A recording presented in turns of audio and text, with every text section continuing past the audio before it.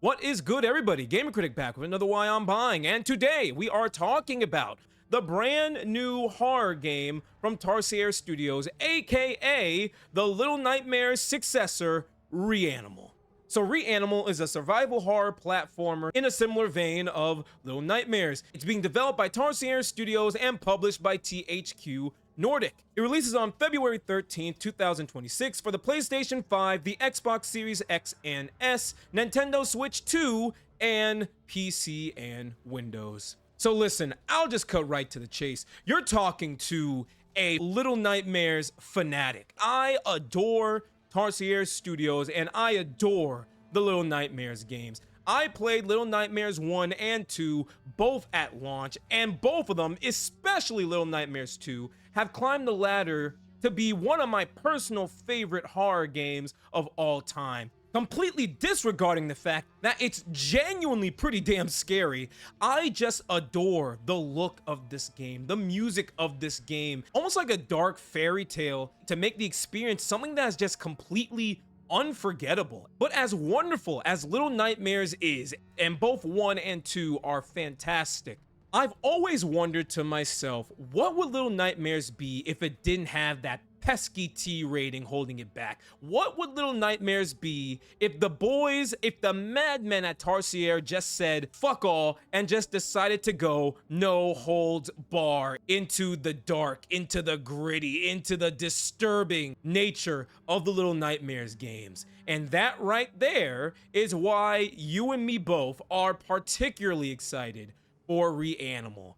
We ask for darker Little Nightmares, and they give us darker Little Nightmares. At least that is what it seems like from the outside looking in. If Little Nightmares is akin to Coraline, then Reanimal is akin to Pan's Labyrinth. Still a dark fairy tale, but getting darker, more adult, and just more fucking disturbing. And that is 100% what I love to see. But I have to say, Reanimal does genuinely look like a step up from Little Nightmares. Again, not just in horror, but just as a game. One issue I have with Little Nightmares 3 is that the boys at Supermassive saw what worked in Little Nightmares 2 and kept it exactly the same.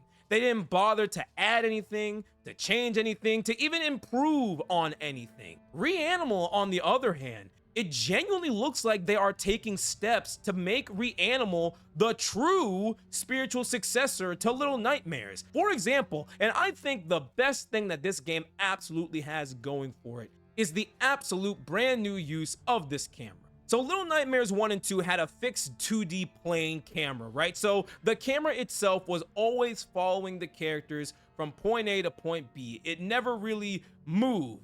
What makes Reanimal special is that this is a much more dynamic camera. It's going to constantly and actively move, reframe, and adapt to what's happening on screen. If you're going down a tight corridor, the camera's gonna shrink to become a close claustrophobic framing. And of course, when you gotta deal with the grotesque, massive monsters, the camera may start pulling back or even shift to a top-down view. It moves like a cinematic camera, almost like a horror film director is directing the scene in real time. And it can help make certain scenes and elements and moments so much more beautiful, epic, and of course, terrifying.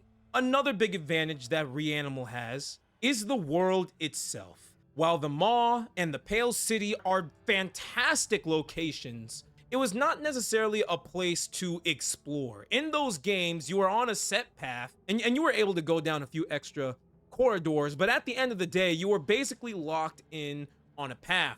But Reanimal is switching it up a little bit. It's almost akin to almost kind of a semi-open world, not exactly, but kind of. Pretty early on in the game, you're gonna get a boat, and using that boat, you're gonna be able to explore the islands at your leisure. While there is a main path for the story, if you want to get the full scope of everything happening in Reanimal, to truly get the full story, you're gonna have to go beyond the main path. And the fact that Reanimal is actually giving you a choice of when or even if you want to take the extra time to explore these islands or not is really something you gotta appreciate. And when you take in that new openness of Reanimal and you mix it with the one thing that Tarsier Studios has always been amazing at, environmental storytelling, you get something like Reanimal, a world that, while looks dark and twisted and disturbing, looks and sounds like a place I would want to heavily explore and get all the answers to. Now, normally at this point, I would expand on the story of Reanimal, but similar to Little Nightmares 1 and 2, there is a story, but it's very hush-hush. All we need to know is that we play as a brother and sister. We're trapped on this awful, hellish island, and we have 3 goals. 1, rescue our missing friends.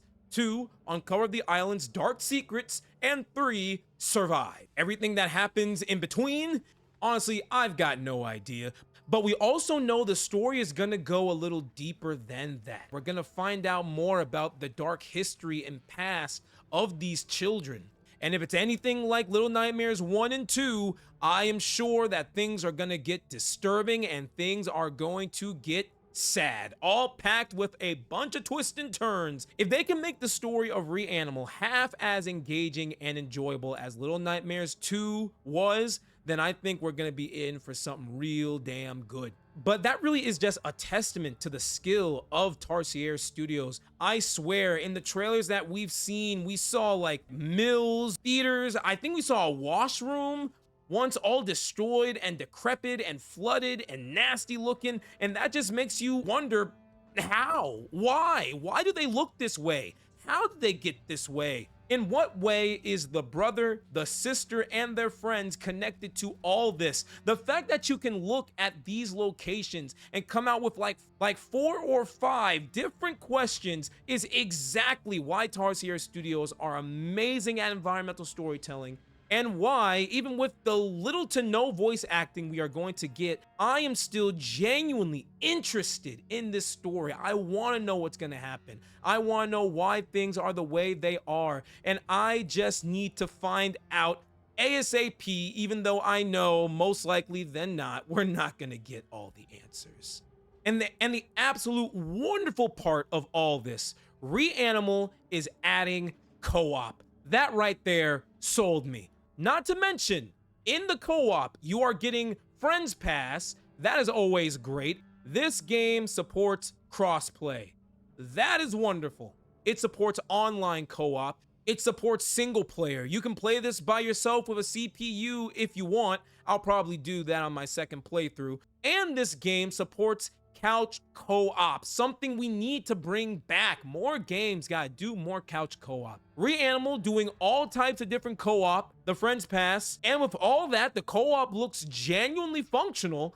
I have to say, that's a good deal. Man, Reanimal just looks like it's setting itself up for success. It feels so good to be excited for this game. I have been following Reanimal since it was just a concept, and here we are, and everything that I've seen, every trailer that has dropped for this game looks better and better every time I see it. It looks like exactly what I want from this studio, what I want from this game, the true spiritual successor to Little Nightmares. I have faith in Tarsier Studios, and frankly, I have faith in Reanimal. But I always must preference. I gotta say it at the end of every video. I could be wrong. There's a chance where Reanimal just doesn't stick the landing. I really don't think that's gonna happen, but you never know.